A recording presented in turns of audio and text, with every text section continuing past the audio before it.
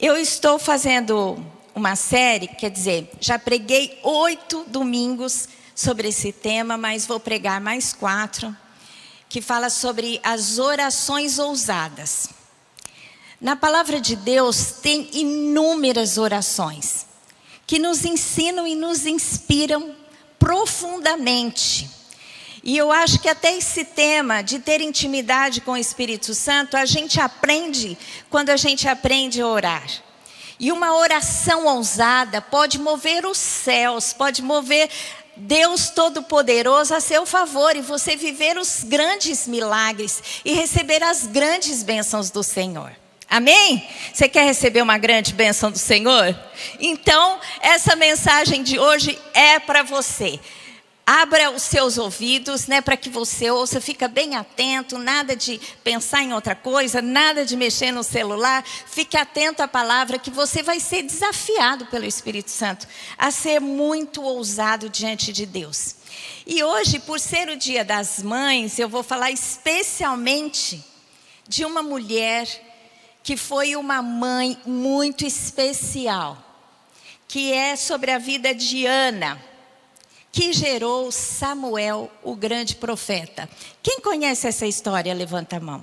Olha, muita gente conhece, que bênção.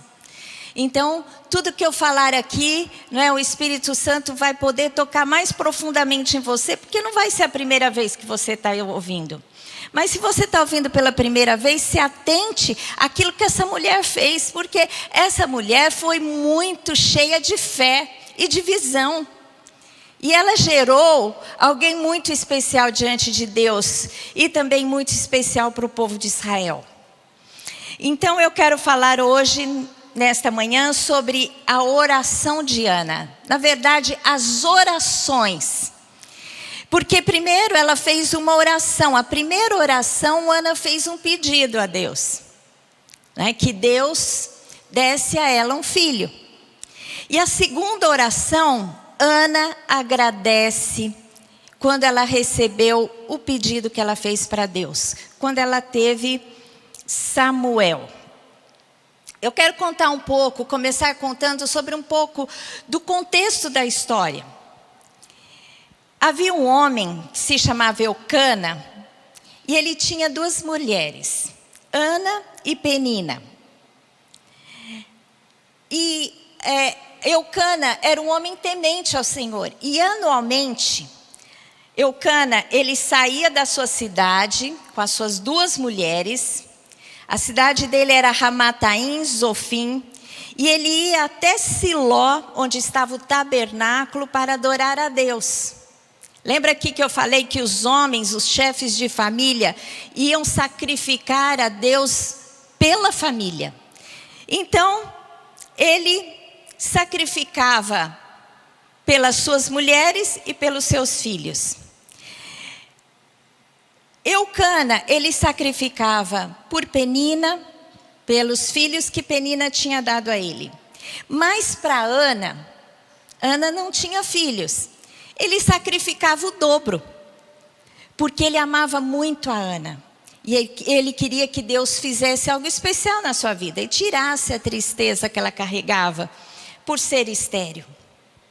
E nessas ocasiões, quando eles iam para Siló, Penina, ela provocava muito Ana.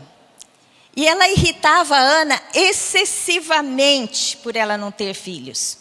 E Ana chorava, muito, se lamentava e não comia por causa disso.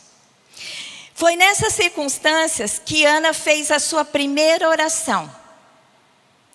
Em uma das vezes que eles foram para Siló para sacrificar e adorar ao Senhor por toda a família, Ana faz um pedido a Deus. Eu quero ler com você lá, em 1 Samuel 1, de 9 a 11, que relata o pedido de Ana para ter um filho homem.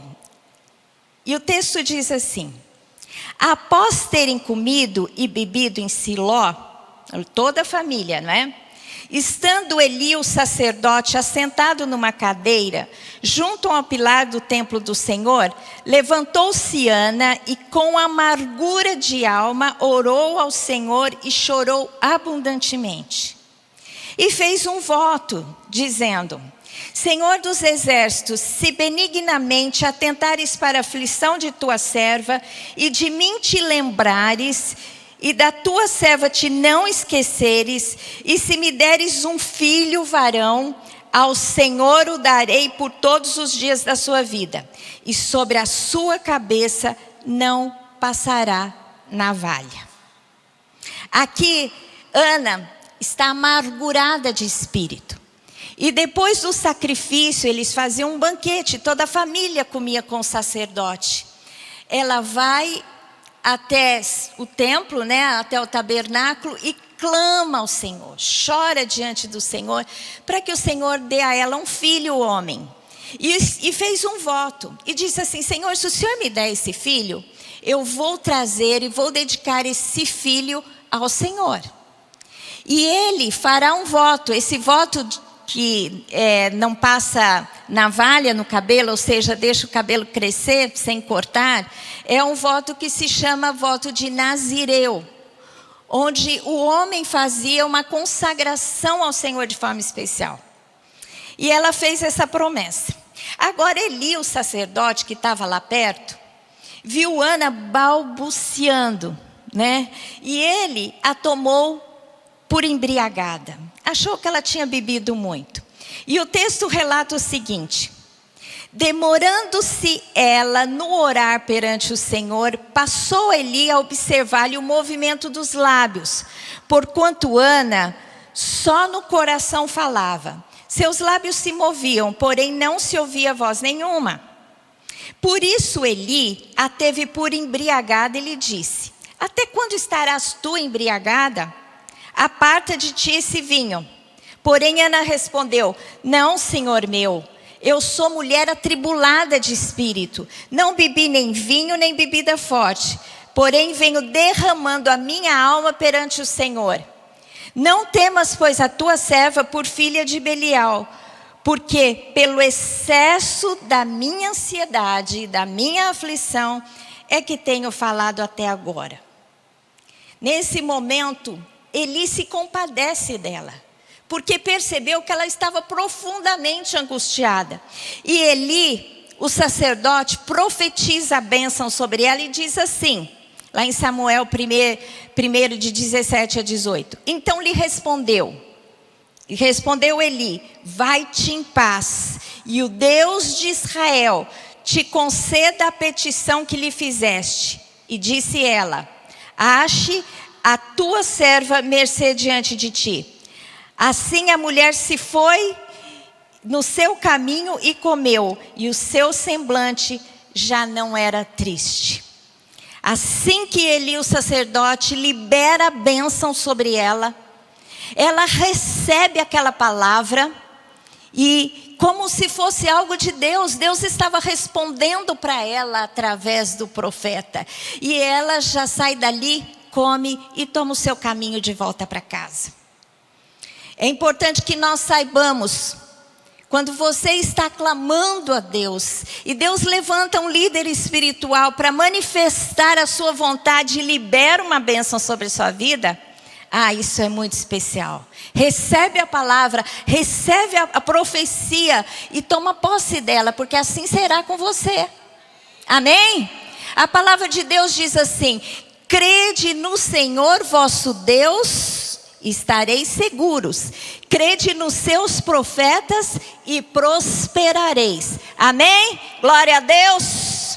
Quando uma palavra de bênção for liberada para você, receba como algo de Deus para a sua vida. E ela fez assim. Ela saiu dali e já mudou o seu semblante. Ela já não estava mais triste, porque ela fez o que era certo diante do Senhor. Quando você estiver sofrendo, aflito por qualquer coisa na sua vida, por um problema grave, por um revés, por uma enfermidade, o que nós devemos fazer é isso: derramar a nossa angústia, a nossa amargura, a nossa perturbação diante do Senhor e estar pronto a ouvir e receber a sua bênção como resposta. Amém? Jesus Cristo nos garantiu: pedir e dar-se-vos-á. Buscai e achareis, batei e abrir-se-vos-á, porque todo aquele que pede, se você pedir com fé, o Senhor vai te conceder o pedido que você pedir. Amém? E aqui, a gente percebe que o Senhor fez isso na vida de Ana. Em 1 Samuel 1, a partir do versículo 19, descreve isso e diz assim: levantaram-se de madrugada, toda a família, e adoraram perante o Senhor e voltaram para a sua cidade. E chegando à sua casa, a Ramá, Eucana coabitou com Ana, sua mulher, e lembrando-se dela o Senhor, ela concebeu e passado o devido tempo, teve um filho. Aqui chamou Samuel, pois dizia, do Senhor o pedi. Amém? Glória a Deus. Isso não é lindo, gente? Vamos aplaudir ao Senhor, porque Deus é bom. Voltando de lá, né? Eles já coabitaram, tiveram relações e ela logo engravidou. E ela teve um filho. E ela pôs o nome de Samuel, que é o nome de Deus. Ela disse assim, eu vou nomeá-lo, porque veio de Deus, então eu vou declarar o nome de Deus. Eu acho engraçado que aqui Ana, ela pede um filho. Mas Ana desejava mais que um filho. Ela desejava a redenção. Primeiro da sua esterilidade, da sua desonra, em resposta àquela que a zombava. Amém? Muito mais do que um filho. Ela queria a cura da sua esterilidade. E isso é tão interessante que ela disse para Deus, Deus, se o Senhor me der um filho, eu vou dar para o Senhor. Então, na verdade, não era especialmente o filho, mas era tudo que o filho representava em sua vida. Em primeiro lugar, a cura da sua esterilidade. Ela estava disposta a oferecer o seu filho para Deus e não ficar com ele. Em 1 Samuel 1,11 diz assim, e Ana fez um voto, não é? Ela fez um voto e ela disse, Senhor, se o Senhor me der esse filho, pode pôr o texto, se o Senhor me der esse filho, eu vou devolver para o Senhor. E este filho ficará na sua casa perante o Senhor e o servirá durante toda a sua vida. E ainda fez um voto especial para que ele não cortasse os seus cabelos e tivesse totalmente a sua vida consagrada a Deus. A palavra de Deus nos garante que Deus cura em nossas vidas toda a esterilidade. No Salmo 113:9 diz assim, faz que a mulher estéril viva em família e seja alegre mãe de filhos. Amém? Glória a Deus. Se você tem alguma dificuldade, se você tem vivido a esterilidade física, você mulher que está aqui, que está nos ouvindo, clame a Deus para que o Senhor traga cura em sua vida. Amém? Porque Deus quer que a mulher seja alegre, mãe de filhos, que ela tenha, né, a proteção da sua casa, que ela tenha a comunhão de seus parentes. E é isso que Deus deseja a nós. Mas Deus quer curar toda a esterilidade em nossas vidas. Aquele que é do Senhor, ele gera frutos, e frutos em todas as áreas. O Senhor, quando dá talento em nossas mãos, segundo, né, a parábola que Jesus pregou, ele diz que o Senhor dá a cada um segundo a sua vontade. Mas quando ele dá talentos, e quando se fala em talentos é medida em ouro, em prata, na verdade são coisas materiais. Quando Deus te conceder algo em suas mãos, o que Deus quer é que você multiplique aquilo. Esterilidade não pode fazer parte de nossa vida profissional, daquilo que rendemos, daquilo que somos, daquele propósito que Deus tem para nós. Nós temos que gerar frutos no Senhor. Nós não devemos viver a esterilidade em nenhuma área da nossa vida. Estagnação não faz parte da filha e do filho do Senhor. Amém? Deus é aquele que nos ajuda em todas as coisas. É aquele que faz gerar. Nós geramos em Deus coisas, nós geramos propósito, nós geramos vida, nós geramos filhos, né, biológicos, a gente gera filhos espirituais, a gente gera causas que defendemos, causas de justiça. O Senhor é conosco para que nós possamos ser férteis em todas as áreas da nossa vida. Ela queria ser curada de sua esterilidade. Ela queria receber a honra em vez de vergonha.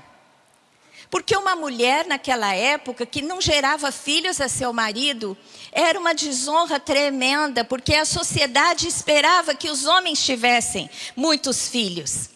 Até eles tinham várias mulheres para que pudessem ter muitos filhos, não é? E ela queria que o Senhor tirasse aquela vergonha dela. E Isaías tem honra para nós. Deus, Ele tem honra para os seus filhos. Amém? Deus tem honra para nós. Vergonha não pertence a nós, porque somos filhos de Deus. E o Senhor nos elege, e o Senhor nos levanta, e o Senhor nos abençoa. Em Isaías 61:7 diz assim: em lugar da vossa vergonha tereis dupla honra. Deus quer reverter toda vergonha na sua vida. Se há alguma causa, algum espaço, algum movimento que você, algum lugar, alguma área que você tem sido envergonhado, Deus quer entrar naquele lugar. Deus quer entrar naquela área e Deus quer trazer honra para você. Aqui Isaías está falando do povo de Israel, que muitas vezes era levado cativo e sentia a desonra e a vergonha, mas Deus dizia: olha, eu vou trazer vocês de volta, aquilo que eu permiti para tratar com vocês, eu vou reverter, e toda vergonha que vocês passaram um dia vocês terão a honra da minha parte. Isaías diz assim: em lugar da vossa vergonha tereis dupla honra, em lugar da afronta exultareis na vossa herança. Por isso, na vossa terra possuireis o dobro e tereis perpétua alegria. Amém? Vamos aplaudir ao Senhor. Deus fez isso com Israel, mas Ele faz isso conosco hoje, com a sua igreja. Porque Ele nos quer fazer homens e mulheres de honra, para que nós possamos levar o seu nome, para que possamos ser luz na terra. A palavra de Deus lá em Deuteronômio, quando Deus dá a sua lei para o povo de Israel, Ele diz assim: ó, se vocês forem fiéis e observarem os meus decretos e os meus mandamentos, eu vos levantarei sobre cabeça e não sereis cauda. Eu levantarei vocês sobre os melhores lugares da terra. E é isso que o Senhor faz conosco hoje. Essa é a realidade que nós vivemos aqui no Brasil. Porque muitos lugares na terra, os cristãos vivem grande perseguição. E muitas vezes quando eles aceitam o Senhor, a mensagem de salvação de Jesus, eles têm que entregar a sua vida. São mortos. Muitas vezes sofrem escárnio, perdas, mas essa não é a nossa realidade. A nossa realidade hoje aqui, nós temos liberdade de ir e vir, de falar, não é? Vamos orar para que continuemos, né? Para que a lei da censura que esse governo está querendo impetrar contra nós, não vá adiante. Que essa janela de oportunidades continue, mas nós temos essa oportunidade. Nós temos oportunidade de trabalhar, nós temos oportunidade de investir, e o Senhor há de nos levantar sobre essa terra e trazer honra sobre nós. Amém? Você recebe essa palavra? Ela desejava vitória sobre os seus inimigos, porque muitas vezes temos inimigos, e às vezes até na própria casa. E ela tinha uma inimiga ferrenha, que era o quê? A sua rival. Né, tem até um livro que diz assim: 100 rivais. A gente tem que orar para que os nossos rivais sejam pelo Senhor julgados, para que o Senhor, nos levante, nos abençoe, para que toda aquela afronta caia da nossa vida. E Penina era a rival de Ana. E ela pediu a Deus que tivesse vitória sobre ela. E diz assim, em 1 Samuel 1, de 6 a 7. A sua rival a provocava excessivamente para a irritar, porquanto o Senhor lhe havia cerrado a madre. E assim fazia ele de ano em ano. E todas as vezes que Ana subia à casa do Senhor, a outra a irritava, pelo que chorava e não comia. Você sabe por que Penina irritava tanto a Ana? Porque uma dava filhos ao marido, só que aquela que não dava filhos era o que o marido mais amava. Então, provavelmente, ela devia ter um ciúme de Ana. E naquela oportunidade, onde o pai ia sacrificar pelos filhos, estava muito evidente a descendência daquele homem. E Penina era aquela que tinha promovido isso, aquela honra para Eucana, dando-lhe filhos. Então, aqui a sua rival, Penina, aproveitava para instigar a Ana, para irritá-la, para humilhá-la. E ela sentia muito profundamente, não comia, chorava. E ela derramou o seu coração perante o Senhor, para que o Senhor tirasse e lhe desse vitória sobre aquela inimiga, né, que tinha se levantado contra ela. Você tem algum inimigo em sua vida?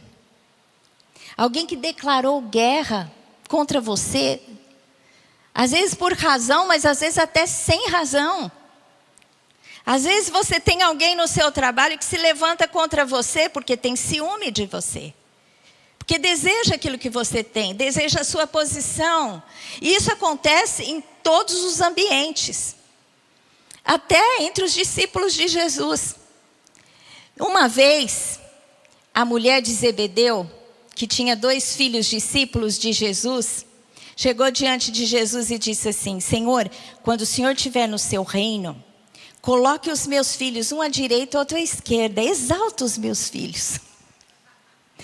Porque ela queria, né, se destacar, que os seus filhos se destacassem entre todos os discípulos. Vocês imaginam se ali não havia uma certa rivalidade? Não é? Havia, porque isso acontece em todos os lugares. Quando Caim mata Abel, imagina 2 irmãos na 2ª geração da criação. Um irmão mata o outro, por quê?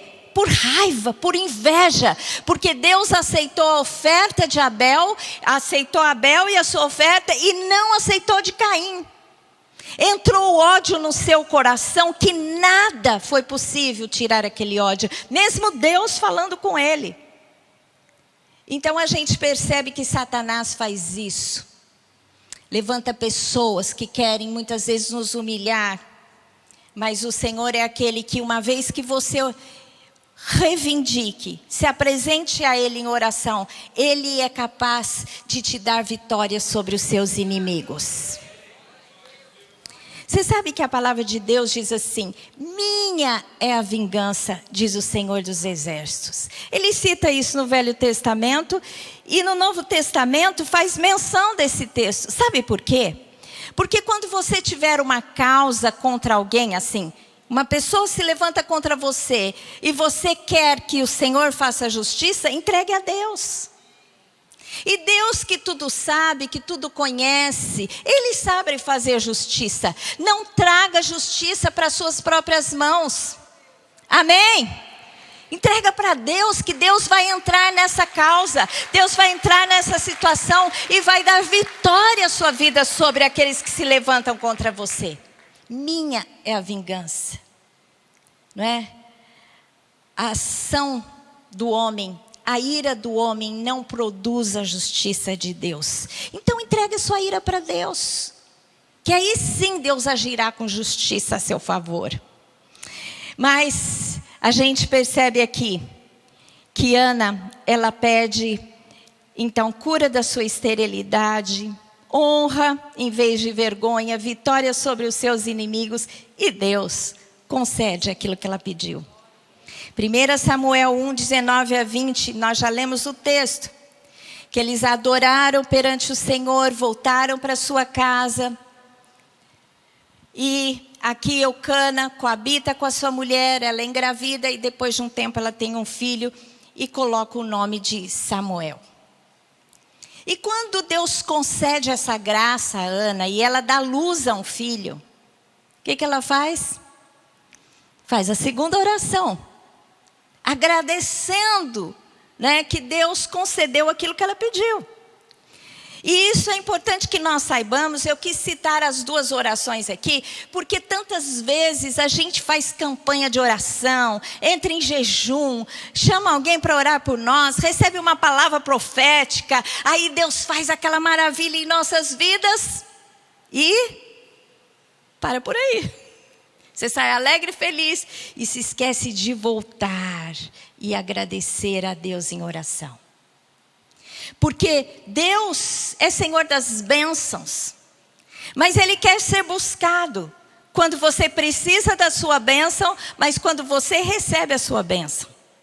Deus, Ele tem que ser adorado pelo que Ele é. E Ele é Senhor de todas as coisas. E a nossa fé tem que produzir esse desejo de pedir coisas. Você sabe que tem dois pontos que parece que se contrapõem. Tem gente que diz assim: não busque a Deus para receber a bênção. Porque se você busca a Deus para receber a bênção, a sua ênfase não é em Deus, mas é na bênção. Tem muita gente que diz isso, não é?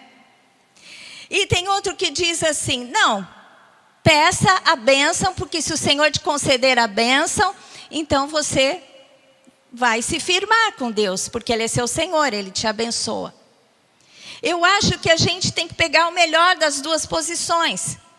Primeiro, a gente tem que crer em Deus e crer que Ele é todo poderoso e Ele é galardoador. Amém? Diga assim: Deus é galardoador. O que significa isso? Galardão significa recompensa. Significa aquele que dá, aquele que concede. Quando Deus pede fé a você, Ele pede uma fé para que você creia que Ele existe. E que à medida que você crê que Deus existe, você entende quem Deus é. O Senhor Todo-Poderoso, que detém tudo em suas mãos. E quando você entende quem você é para Deus, que você é filho e filha, você aprende a buscá-lo para receber recompensas. Amém? Então devemos buscar a Deus pelo quem Ele é, mas estar prontos a sermos recompensados segundo a medida da nossa fé. Por isso que a gente tem que orar a Deus, e quando Deus concede, volta lá e ore a Deus para que Deus se agrade de você. Deus quer a nossa expressão de adoração. Ana, ela expressou a sua alegria e gratidão pela oração respondida. Essa oração de Ana é linda. Depois você pode ler lá em 1 Samuel 2, integralmente. Mas diz assim no versículo 1. Então orou Ana e disse: o meu coração se regozija no Senhor. A minha força está exaltada no Senhor. A minha boca se ri dos meus inimigos, porquanto me alegro na tua salvação. Oh, glórias, aleluia. Você tem algo para agradecer ao Senhor neste dia, nesta manhã? Diga: Senhor, eu me alegro no Senhor. Eu me alegro na tua salvação. Eu me alegro em tudo que isso significa, porque ela foi redimida da sua desonra, da sua esterilidade, e ela estava feliz. Sabe aquela coisa assim que você fica tão feliz que você diz assim: belisca para ver se eu estou dormindo. Deus faz isso, Deus nos surpreende. A gente fica de boca aberta com amor, com favor, com carinho de Deus por nossas vidas, e ela estava assim. Quando o povo de Israel foi levado cativo para a Babilônia, quando eles voltaram, eles se alegraram. E lá no Salmo diz assim: as nossas bocas se encheram de riso. Não é? Porque o Senhor fez grandes coisas por nós. Por isso estamos alegres. A gente se alegra quando Deus faz grandes coisas por nós. Eu estava aqui louvando a Deus lá no cantinho, feliz da vida. Por quê? O Senhor tem me dado vida. Hoje celebramos a maternidade. Eu tenho a minha mãe que ainda está perto de mim. Eu tenho a minha filha que está perto de mim. Isso é motivo de alegria. E Ana recebeu um grande favor e milagre. Então, na intensidade que você busca, use essa intimidade, essa intensidade para agradecer. Amém? Traga uma oferta de gratidão, traga uma oferta de testemunho. Tem gente que busca a Deus para ser curado numa enfermidade. Deus cura da enfermidade, o que essa pessoa tem que fazer? Dar o testemunho, contar aquilo que Deus fez e trazer uma oferta do testemunho. Para declarar a todos, para que todos vejam. Uma oferta de gratidão ao Senhor. Nós temos que ser plenos, tão extravagante ao pedir, como extravagante ao agradecer. Amém? Você já pensou nisso? Faça marcos nas suas vitórias. Quando Deus dava vitórias ao povo de Israel, Ele sempre dizia, faça um monumento, faça um altar de adoração, porque quando passarem por aqui vão dizer, o que aconteceu aqui? Quando eles atravessaram o Jordão, fizeram um marco ali, cada conquista, cada momento que Deus, por exemplo, falou com Abraão, ele fazia um altar e adorava o Senhor, fazia ali um marco. A gente tem que aprender a fazer marcos, orar, olhar, né? Orar agradecendo e olhar para os marcos das nossas vitórias. Porque quando aquilo passar e você estiver numa outra necessidade, você vai olhar para aquele marco e você vai lembrar do que Deus fez uma vez e Ele fará novamente. Para isso que funcionam os marcos, para testemunho. Os marcos funcionam para lembrança. E essa mulher deixou uma oração tremenda, invocando ao Senhor, chorando, derramando a sua alma. Mas com a mesma intensidade ela fez uma oração de gratidão. Reconheça o poder de Deus em sua vida. Deus é o Todo-Poderoso, reconheça-o em sua vida. E faça reconhecer o poder do Senhor às pessoas que estão ao seu redor. Porque você vai ser o testemunho do poder de Deus. Em 1 Samuel 2:2, essa oração é muito linda, vou citar aqui alguns trechos. Ana diz o seguinte, não há santo como o Senhor, porque não há outro além de ti. E rocha não há nenhuma como o nosso Deus. Olha que coisa linda. Diga assim, rocha não há nenhuma como o nosso Deus. É a rocha que você vai construir a sua vida, a sua casa. É aquilo que te dá fundamento, é aquilo que te dá firmeza para que você não seja abalado no dia da adversidade. E ela foi capaz de declarar isso. O Senhor é aquele também que exalta o necessitado. Às vezes a gente olha o necessitado, aquele que pouco tem, aquele que tudo precisa. O necessitado é desprezado pelos homens, mas não é desprezado por Deus.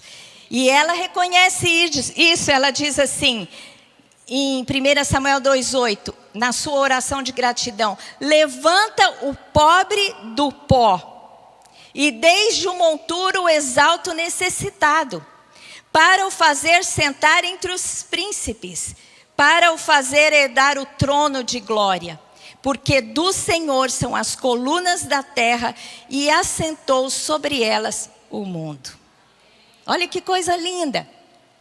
Ela diz assim, o necessitado é por Deus exaltado. Porque Deus atende o seu clamor. Deus atende a sua necessidade assim que Ele clama. E Deus vem e supre a sua vida. E Deus vai fazendo na sua vida. Porque Deus tem os fundamentos da terra. Deus governa sobre todas as coisas e Ele é quem tem poder para suprir a sua falta e a sua necessidade. Você é necessitado de algo? Espere em Deus, busque em Deus, que o Senhor é aquele que supre todas as nossas necessidades e nos levanta e nos exalta. Deus é aquele que tem poder sobre a vida e sobre a história dos homens. Olha que coisa linda. Imagina aquela mulher estava vivendo um pesadelo na sua vida. Uma mulher que casa, israelita, que não gera filhos, que é oprimida pela sua rival. Era um terrível. Era um sofrimento. Mas o Senhor vai e transforma a sua vida, porque Ele tem poder sobre a sua história. Você sabia que Deus tem poder sobre a sua história? Que Deus é aquele que levanta e destitui qualquer um, inclusive os reis da terra. Não vai fazer isso na sua vida. Se algum inimigo tem se levantado contra você, Deus é aquele que pode fazer abater os seus inimigos. Olha o que ela disse, porque ela viveu, ela sentiu isso. E ela disse assim, em 1 Samuel 2, a partir do versículo 6, o Senhor é o que tira a vida e a dá. Você concorda com isso? Não é? A gente vê olhos nus. O Senhor é aquele que tira a vida e dá, que faz descer da sepultura e faz subir. O Senhor empobrece e enriquece, abaixa e também exalta. Até o rico, o que a Bíblia diz? Olha, o rico não deve confiar ou pôr a sua segurança nas suas riquezas. Porque elas podem, como asas, elas podem adquirir asas e voar. Um dia você tem, outro dia você pode não ter. Então não confie naquilo que você tem, mas confie naquilo que pode dar aquilo que você precisa. Amém? Deus é aquele que empobrece e é o que enriquece. Você precisa de algo? É nele que você tem que buscar. O Senhor é aquele que abaixa, aquele que exalta. O Senhor faz todas as coisas. Por isso, se tem alguém sobre você que tem sido injusto, coloque aquela pessoa nas mãos de Deus, porque à medida que Deus permitiu que essa pessoa se levantasse, pode destituir também. Você confia nisso? E ela diz lá no versículo 9, Ele guarda os pés dos seus santos, porém os perversos emudecem nas trevas da morte, porque o homem não prevalece pela força. Não é pela força humana, mas é pela força de Deus. Um dia, quando o templo estava sendo reconstruído, Deus ministrou isso ao seu povo. Ele disse assim, não por força nem por violência. Não adianta você arregaçar a manga, trabalhar, fazer tudo que você pode, e aí depois quando você não conseguir buscar a Deus. Não. Você busca força no Senhor e Ele dá a direção, aí sim você arregaça as suas mangas e vai para frente, porque a vitória é certa no Senhor. Amém? Em terceiro lugar, por último, olha que coisa linda, porque uma mulher numa necessidade clamou a Deus, pediu um filho. Um homem, um filho que nasceu totalmente consagrado a Deus, se tornou profeta em Israel. Havia muito tempo que Deus já não se manifestava em profecia. Porque o sacerdote Eli e os seus filhos, Ofni e Finéias, eles eram pessoas que estavam pecando contra o Senhor. Ele tinha deixado os seus filhos fazerem o que quiserem. E eles faziam grandes transgressões contra o Senhor. Eles roubavam a oferta que era colocada no altar. Eles tinham relações sexuais ilícitas com as mulheres que ficavam na frente do tabernáculo. Eles eram um horror, péssimo testemunho. E Eli não fez nada. Eli foi reprovado e seus filhos. Não havia mais palavra profética em Israel, porque uma mulher orou e gerou um filho consagrado ao Senhor e deu ao Senhor, nasceu um profeta em Israel. E o Senhor começou a falar através de Samuel, desde pequenininho. E aqui a Bíblia relata que tudo que Samuel falava, nenhuma palavra de Samuel caía por terra sem se cumprir. O grande profeta nasceu. E Ana teve a visão de Deus. Teve uma revelação daquilo que Deus faria. Olha só que coisa linda. Lá na sua oração em 1 Samuel 2,10. Os que contendem com o Senhor são quebrantados. Dos céus troveja contra eles. O Senhor julga as extremidades da terra. Olha só. Dá força ao seu rei e exalta o poder do seu ungido. Ela falou de rei, de um ungido que viria a nascer, que não era nascido ainda. que não existia, porque aquela era o tempo dos juízes na terra. O povo chegou na terra, se estabeleceu e eles não tinham rei. Deus levantava homens que eram juízes e julgavam as causas do povo. E Samuel foi o último juiz, porque foi Samuel quem ungiu os primeiros reis de Israel. Samuel, filho de Ana, fruto dessa consagração, ungiu Saul e depois ungiu Davi, né? Que foi chamado ungido de Deus.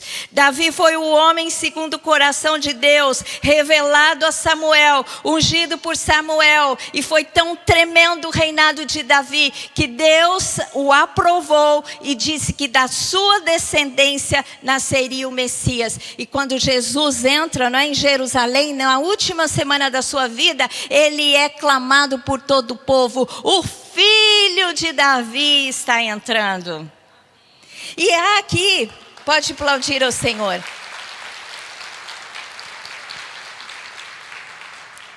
E há teólogos que dizem que quando ela falou sobre ungido, ela pode estar se referindo tanto a Davi, quanto à descendência de Davi Jesus.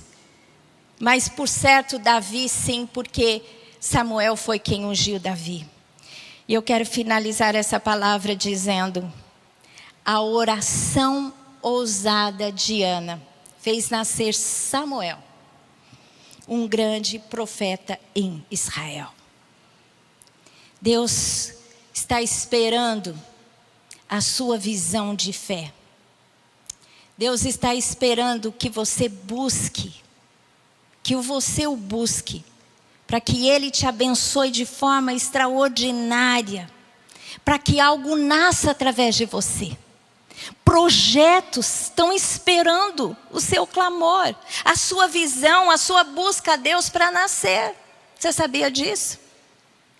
Situações, famílias estão esperando o resgate de Jesus e a salvação entrar na sua casa, porque você vai interceder intensamente pela salvação daquela casa. Projetos, vidas, bênçãos estão esperando para nascer no momento que você tiver fé para clamar a Deus. Amém? Feche os seus olhos.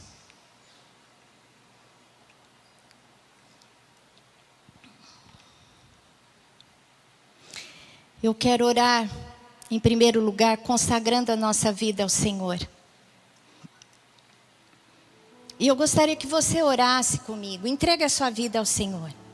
Talvez você já tenha feito isso um dia, mas faça comigo novamente. Porque tem pessoas que talvez vão fazer essa oração de entrega pela primeira vez. Então põe a mão no seu coração e ore comigo. E diga assim: Senhor Deus, eu entrego a minha vida ao Senhor. Senhor Deus, perdoa os meus pecados. Perdoa a minha incredulidade. Senhor Deus, eu quero crer no Senhor. Eu quero entregar a minha vida ao Senhor. Eu quero entregar o meu caminho ao Senhor. Senhor Deus, quebra toda aliança que eu tenho com o mal. Dirige os meus passos. Me faça prosperar na minha vida. Senhor Deus, abra minha visão. A visão do Senhor. Que eu não perca ao longo da minha vida nenhum propósito que o Senhor tem destinado para mim. Em Cristo Jesus. Amém. Glória a Deus.